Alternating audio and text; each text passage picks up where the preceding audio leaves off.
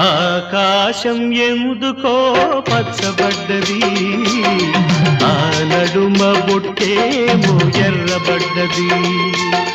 ఆకాశం ఎందుకో పచ్చబడ్డది, ఆ నడుమ బొట్టేమో ఎర్రబడ్డది.